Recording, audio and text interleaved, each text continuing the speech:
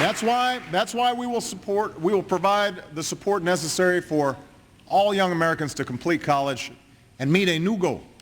By 2020, America will once again have the highest proportion of college graduates in the world. That is a goal we can meet. That's a goal we can meet.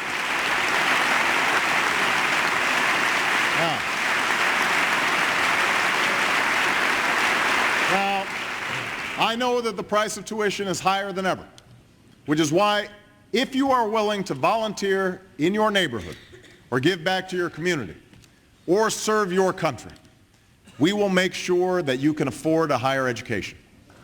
And to encourage a renewed spirit of national service for this and future generations, I ask Congress to send me the bipartisan legislation that bears the name of Senator Orrin Hatch, as well as an American who has never stopped asking what he can do for his country, Senator Edward Kennedy.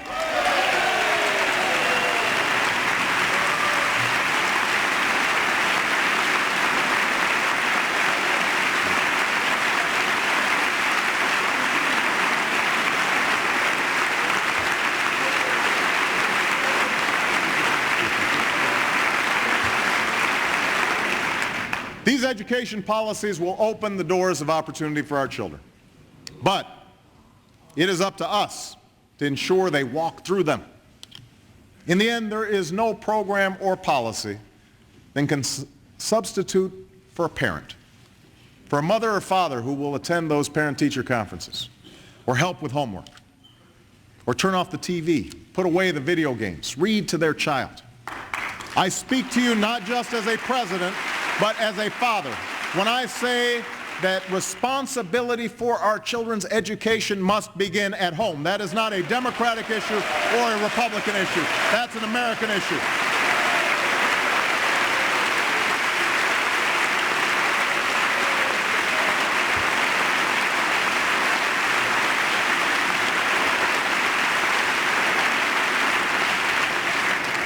There is, of course, another responsibility we have to our children.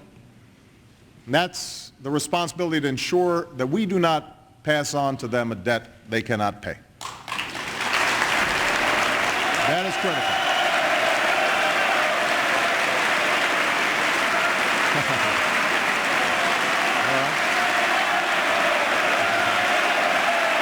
Yeah, I agree.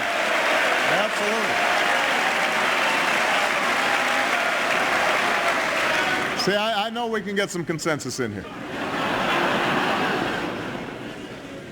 With the deficit we inherited, the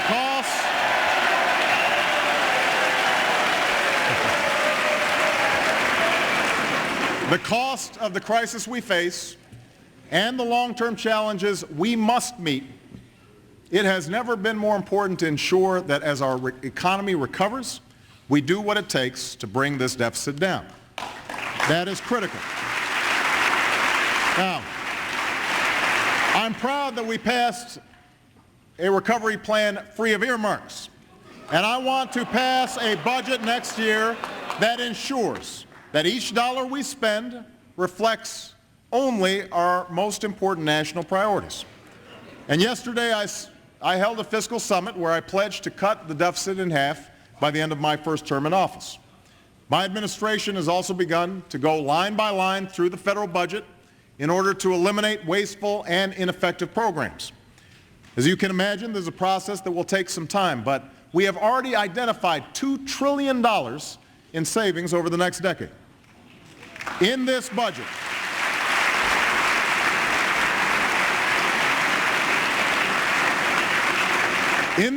we will end education programs that don't work and end direct payments to large agribusiness that don't need them. We'll eliminate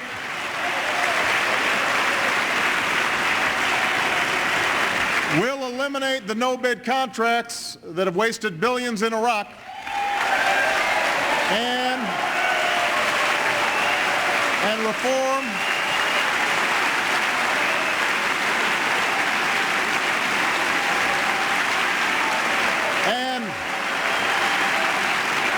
and reform our defense budgets so that we're not paying for Cold War era weapon systems we don't use. We will root out the waste and fraud and abuse in our Medicare program that doesn't make our seniors any healthier. We will restore a sense of fairness and balance to our tax code by finally ending the tax breaks for corporations that ship our jobs overseas.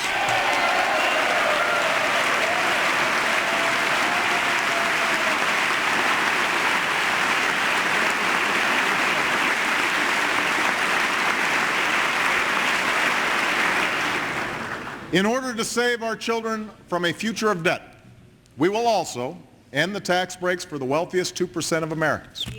Now, let me be clear.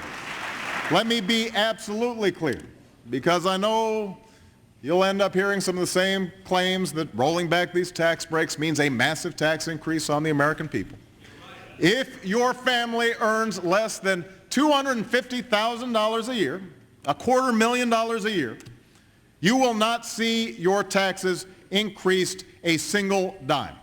I repeat, not one single dime. In fact,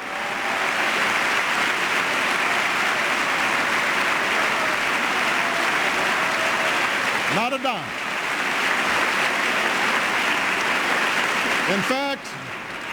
In fact, the recovery plan provides a tax cut. That's right, a tax cut for 95% of working families. And by the way, these checks are on the way.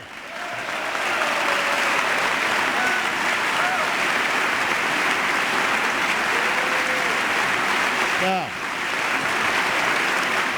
to preserve our long-term fiscal health, we must also address the growing cost in Medicare and Social Security. Comprehensive health care reform is the best way to strengthen Medicare for years to come. And we must also begin a conversation on how to do the same for Social Security while creating tax-free universal savings accounts for all Americans. Finally, because we're also suffering from a deficit of trust, I am committed to restoring a sense of honesty and accountability to our budget. That is why this budget looks ahead 10 years and accounts for spending that was left out under the old rules. And for the first time, that includes the full cost of fighting in Iraq and Afghanistan. For 7 years, we've been a nation at war. No longer will we hide its price.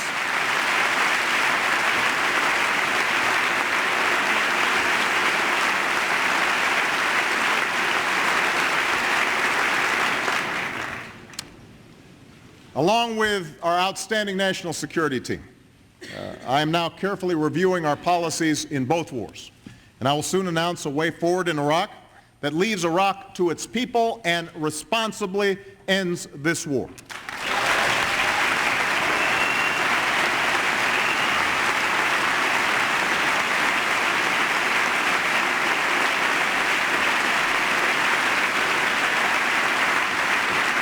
And with our friends and allies, we will forge a new and comprehensive strategy for Afghanistan and Pakistan to defeat al-Qaeda and combat extremism, because I will not allow terrorists to plot against the American people from safe havens halfway around the world. We will not allow it.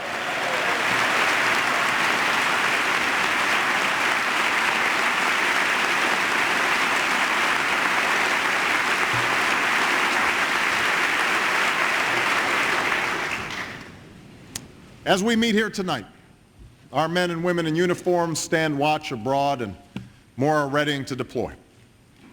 To each and every one of them, and to the families who bear the quiet burden of their absence, Americans are united in sending one message: we honor your service. We are inspired by your sacrifice, and you have our unyielding support.